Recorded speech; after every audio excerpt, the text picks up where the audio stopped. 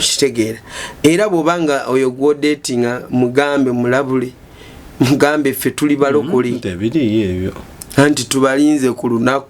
paka ku lunaku olwo lwennyini lwa honeymoon we mwino kunyumirwa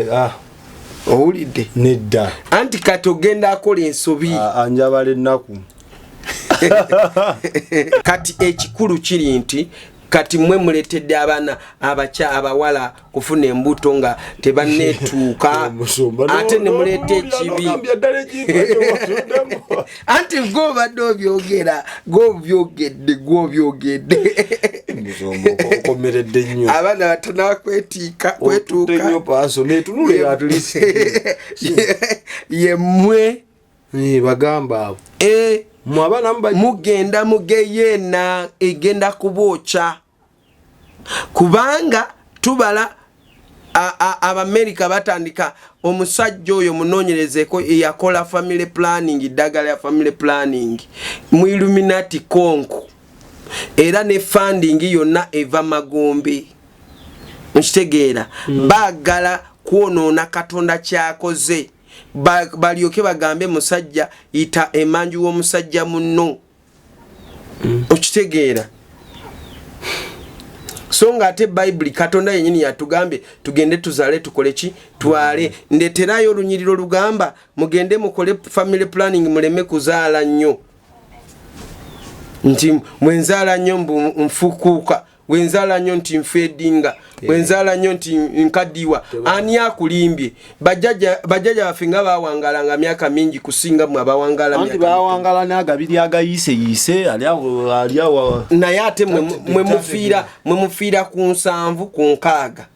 ku 8 ng'olina kafigawo kalungi okamaintaininze